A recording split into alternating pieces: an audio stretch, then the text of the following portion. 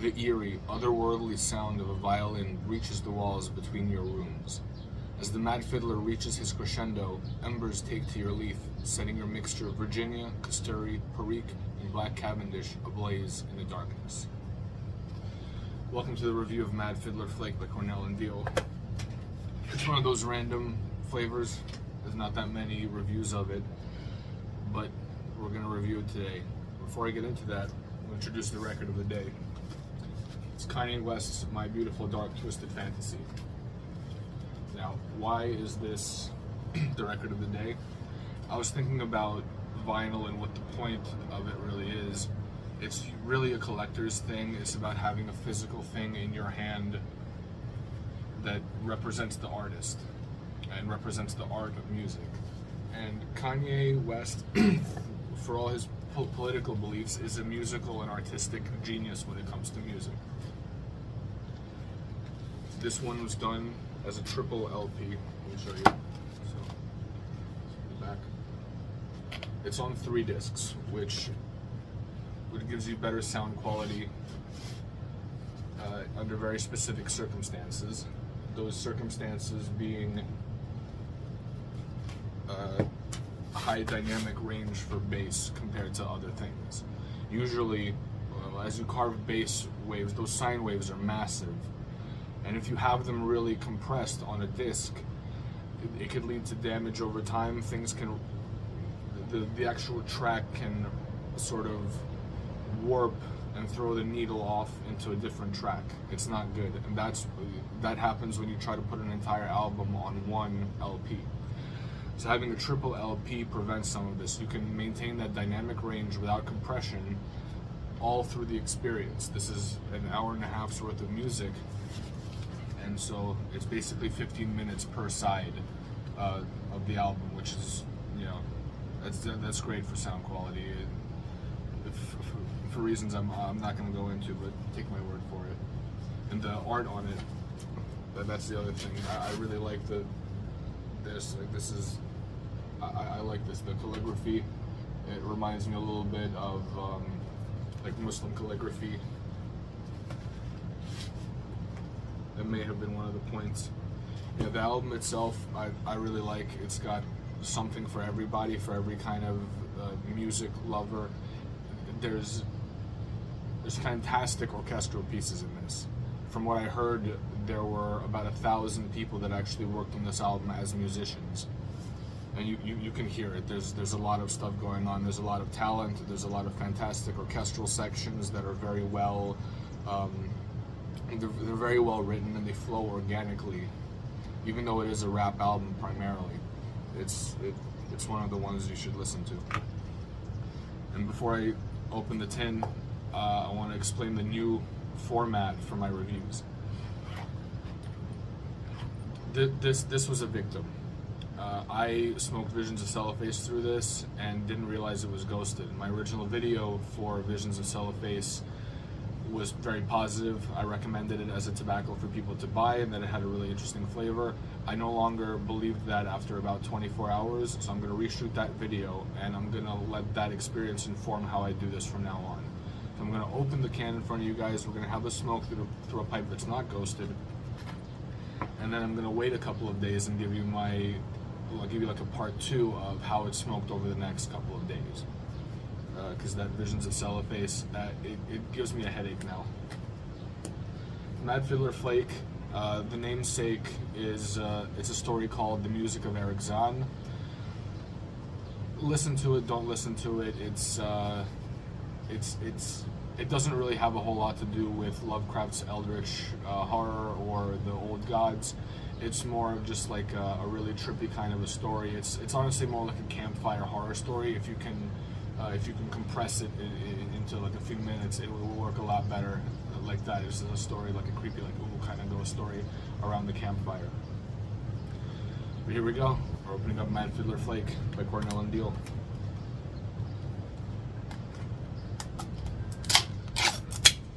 I love that sound. Did you hear how it reverberated off the buildings? Oh, what's going on here? Huh. Smells interesting. There's a casing of some sort. There's also a lot of paper in here, tin. So it looks like, if you ever had Capstan Navy Flake, it looks like that, but it's been taken apart already. Sort of like if you were to take Capstan Navy Cut and rub it between your hands, the stuff that would fall out just naturally after that first rubbing, that's what this is. Or that's what this feels like. It does not have the molasses or barbecue ketchup kind of a smell that I associate with Capstan Navy Cut.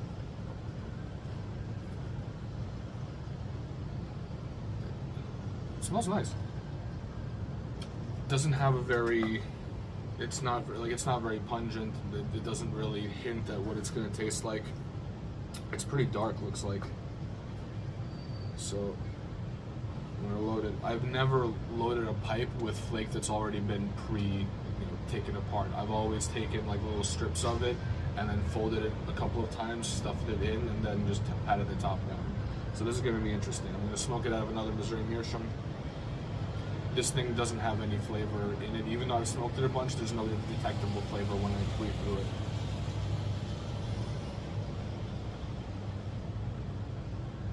My channel says that pipe smoking and urban living are nearly incompatible. It's really the noise. It's in the afternoon. It's a work day, but I mean, it shouldn't be this loud. There were helicopters and everything. Helicopters, trucks, Ubers, people screaming, police cars. Oh gosh, okay. We're about to light it, here we go.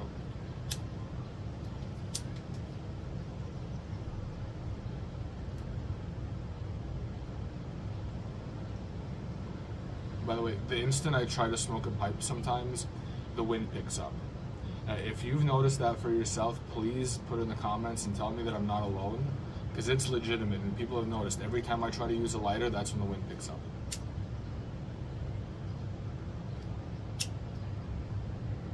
You see this?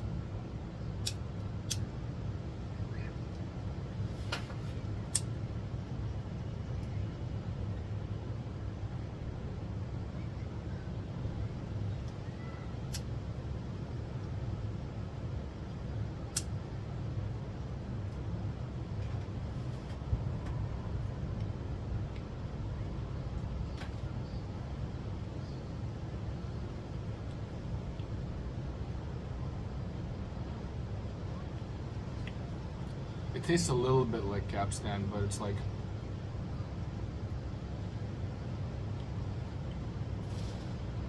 it tastes like wood.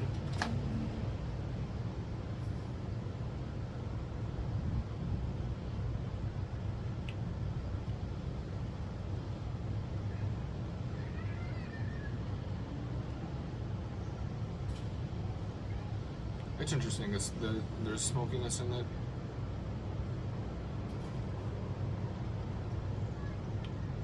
Flavor I would say is mild to medium. It's not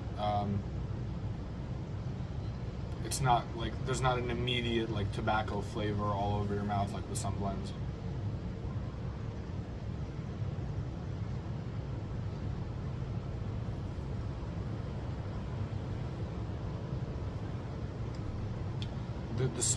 The smoke when it gets in my eye is worse. It feels a lot more irritating than a lot of other blends.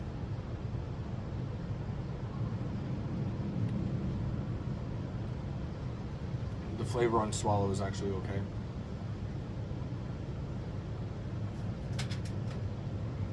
It's very woody, so I need to invent a way to describe these flavors without just throwing off a bunch of random adjectives, so I've decided to add a scale system. There is 0 aromatic, it's a 0 on the aromatic scale, and there's not like a fruit or any other obvious flavoring that I'm detecting right away.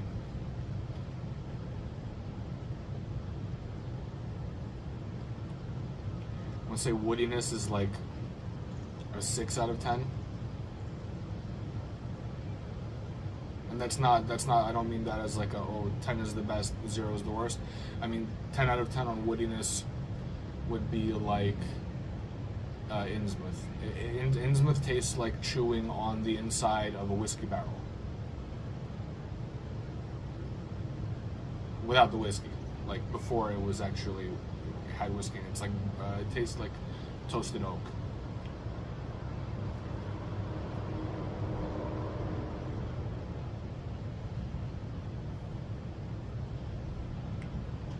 This one's very oaky.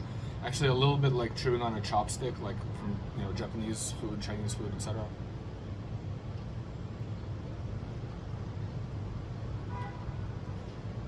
And there's an interesting smokiness in there.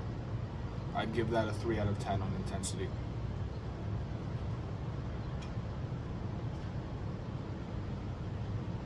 Cream, I'd give it like a 4.5 out of 10. There is a creaminess in there.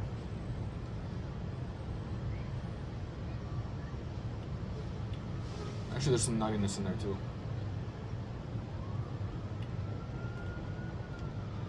Nuttiness for me, I'd say maybe 3 out of 10. But a lot of the nuttiness and the woodiness, they sort of overlap.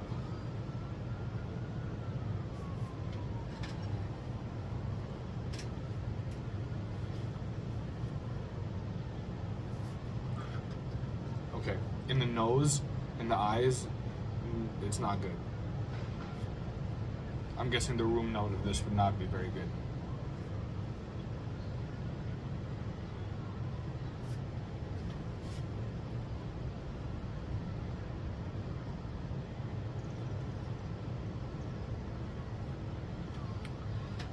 Okay. So before I finish part 1, let me show you 2 Zippos that I don't use. This is the older one of the 2. It's the Cthulhu. And inside I've got a pipe insert that came with this one, the Cornell Diehl Zippo. This one was machined very poorly. I think I'm sending it back to the Zippo factory, and in there I put a jet insert just because I was moving inserts around.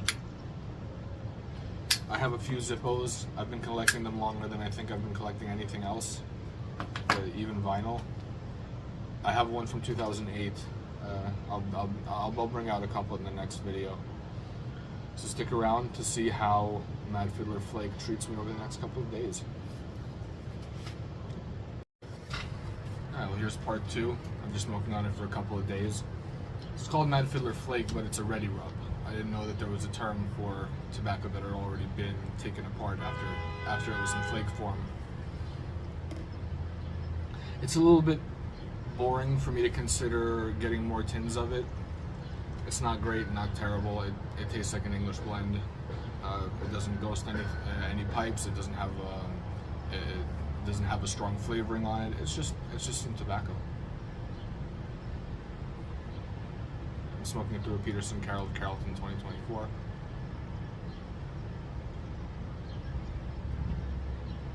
If you have any experience with flake tobacco as a ready rub, let me know in the comments. Most people, I'm sure, have had Capstan. Let me know how that went for you. And stick around and stay tuned. Look out for the review of Miskatonic Mixture coming up soon.